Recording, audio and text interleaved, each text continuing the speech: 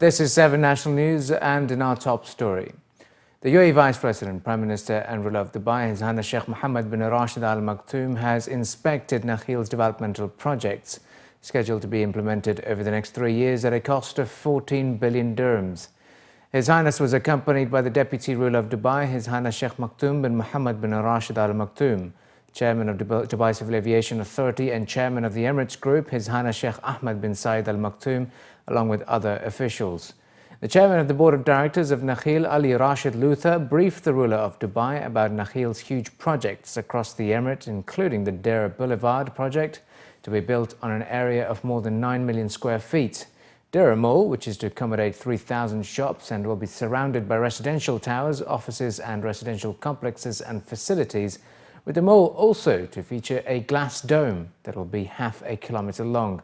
Sheikh Mohammed was also briefed on the designs of expansion project of Ibn Battuta at Sheikh Zayed Road, Al Khail Mall project and Dragon City, the new name of the Chinese city at Dubai Al Awir streets. His Highness Sheikh Mohammed expressed his satisfaction over the promising development projects and praised the efforts of Nakhil, adding that it is one of the leading real estate and tourism developers contributing effectively to the UAE economy and its prosperity. The Emirates Red Crescent's Higher Committee for Foreign Aid has allocated 24.6 million dirhams for international relief operations, with Iraqi internally displaced persons and Syrian refugees in Iraq's Kurdistan region taking the lion's share of 18.1 million dirhams. The ERC will undertake sheltering and education projects for Iraqi IDPs and Syrian refugees in Kurdistan.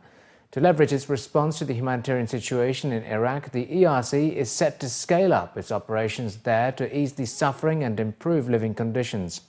In its first meeting of the year, the committee also approved 6.13 million dirhams worth of cash assistance for underprivileged in Somalia, Morocco, Philippines, Iraq, Syria, Palestine, Egypt and Serbia. Medical assistance worth 403,370 will be given to patients with chronic diseases in India, Yemen, Afghanistan, Palestine, Syria, Lebanon and Egypt.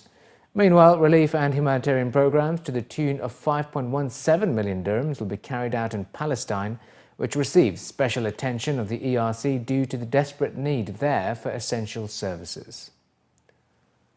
The Ministry of Interior's Child Protection Centre has launched a campaign under the slogan "Together to Prevent Child Abuse" as part of the annual initiative adopted by the Higher Committee for Child Protection at the Ministry of Interior, which designated April as Child Abuse Prevention Month.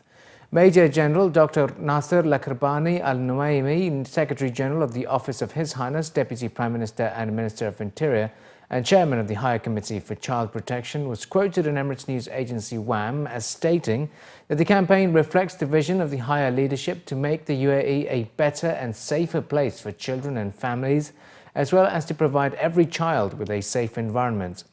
Authorities are urging families and community members to interact and cooperate with the campaign so as to achieve its objectives in raising community awareness and eliminate child abuse. The awareness campaign throughout the month of April will include several events that target various community segments. The government of Ras Al Khaimah and the Arabian Healthcare Group has announced a comprehensive plan to set up a chain of world-class specialty diabetic care centres across the UAE by the end of 2020. The announcement was made at a press conference in Dubai this afternoon, where officials cited the launch of 2 diabetic centres in Dubai and Ras Al Khaimah in a mission to prevent, treat and help patients manage diabetes. According to the officials in attendance, the standalone specialty centres will be a one-stop shop for diabetes prevention, care and management, offering a wide range of services. Aiming to provide people with diabetes complete care, education and support, these centres will also be focusing on spreading awareness about the necessity of early detection.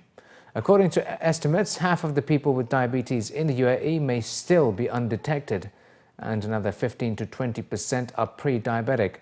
Experts at the conference also added that there are 387 million people who suffer from diabetes worldwide, and 7 of the top 20 countries where diabetes is prevalent are from the Middle East and Northern Africa, with the Gulf states leading the unfortunate statistics. Saudi Arabia takes the top spot with 24%, followed by Kuwait with 23.1%, and the UAE coming in 5th place with 19% after Bahrain and Qatar. We want to give back to the society something, and we realize that diabetes is a serious problem in the region. We have done some research and some corporate health analysis, and we found some shocking results. 20% officially population suffers from diabetes, but 10% people don't know whether they have diabetes, which is dangerous. And maybe 15-20% people are sitting on the fence. They can become diabetics tomorrow, pre-diabetic people. So we have a big responsibility. With this initiative of REC Diabetic Centers in Ras Al Khaimah and now Dubai, we are going to offer complete solution. Prevention of diabetes, management of diabetes, and management of complications related to diabetes. Who could be saved come to you in a complicated situation. Recently, we had a guy coming in from Nigeria whose leg was to be amputated hip below. I mean, it is so sad, a young, productive guy losing his complete leg, which was avoidable if he knew he has diabetes and somebody could have guided him on how to avoid complications or manage complications of diabetes. So this is what we are going to do here. We are not only going to provide the best care of diabetes management and complications, but also wellness. We will go out to corporates, we will go out to schools, we will go out to associations to spread the awareness about lifestyle management. And if you have diabetes, no problems. Good news is it can be managed. People can live 40-50 years of their life after diagnosis of diabetes, healthy life. So we have a complete solution. Members of a UAE delegation at this year's World Water Forum hosted by the Republic of Korea are set to offer rain enhancement as a potential solution to global water scarcity. Come 14th of April, a special WWF panel entitled UAE Innovating to Advance Water Security will feature a presentation on the UAE Research Programme for Rain Enhancement Science that highlights the UAE's research and innovative leadership in this field. Launched by the Ministry of Presidential Affairs of the UAE at the beginning of the year, the programme is already attracting global interest. The initiative is designed to help arid and semi-arid countries boost their water reserves by using technology to increase rainfall yields and is being managed by the UAE National Centre of Meteorology and Seismology. According to Alia Al-Mazroui, the director of the UAE Research Programme for Rain Enhancement Science, the immediate aim of the Rain Enhancement Initiative is to increase the UAE's rainfall and enhance freshwater supply in a bid to generate results that could have wider applications for countries that might benefit from advances in rain augmentation technology. And government officials in Abu Dhabi have carried out a campaign to force illegal food vendors off the streets of Al Bathin. Abdullah Al-Asiri, the Director of Monitoring and Enforcement at Al Bathin municipality, was quoted as saying that the municipality had received complaints of food products being sold on the streets in the surrounding areas, particularly at weekends. The municipality coordinated with the Department of Economic Development and Khalidiyya Police Station for the operation, with the officers managing to confiscate unlicensed meats, eggs and bottles of water. Bottles containing unknown substances were also seized by officials.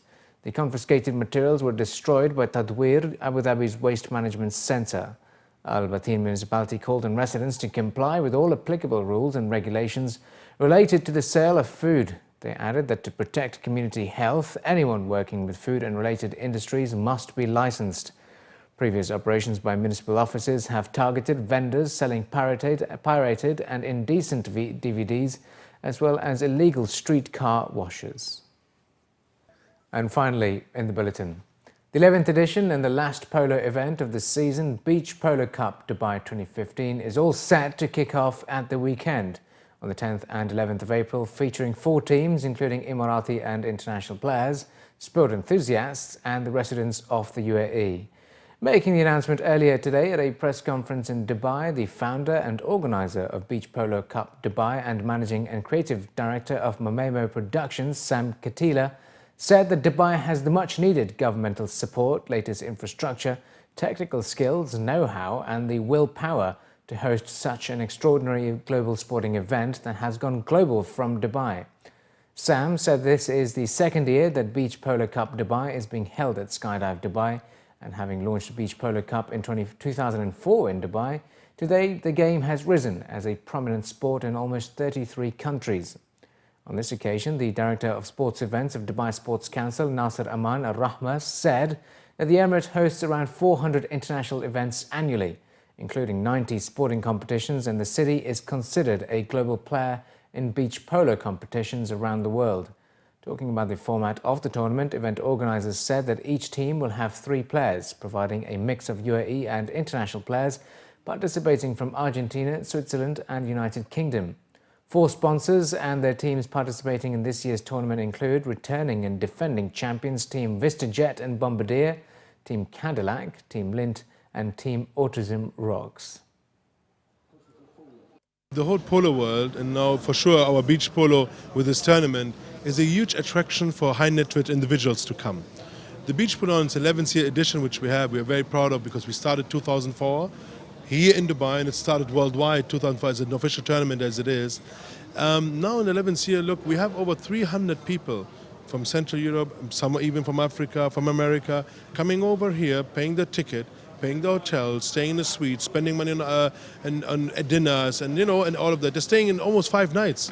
So these kind of people is not a huge quantity, but they're high net worth individuals, which Dubai is important to have, because it reflects as well the business part. It reflects as well an access to people usually you will not have, because people like to enjoy when they want to listen. People like to have fun when they want to be approached. People like to be in a nice environment and relaxed environment when you want to do business with them. The beach polo is giving them the perfect platform, especially the way we are doing it here with the huge arena. We are building a huge majlis zone, which is our in VIP area, but it's actually more a corporate hospitality area because we don't like the word VIP. And we have in the other side the Shams zone, which is like kind of public, but still a beautiful setup with carpets, setup, a race on the field. They have the same view like the corporate hospitality, just to make sure that all of the people have fun. It's quite important, I think, also for the Emirates to have this event, because it brings polo a little bit closer to the people, because the people in arena polo see it very close and take part in the game, and as in the grass polo normally you are very far away and you do not see the action the same way. And I believe worldwide this kind of arena polo has a big future, because it's a little bit easier to organize, because you only need 3 players. It's maybe not as tiring for the horses as it is on the big field, and I believe it has a big future.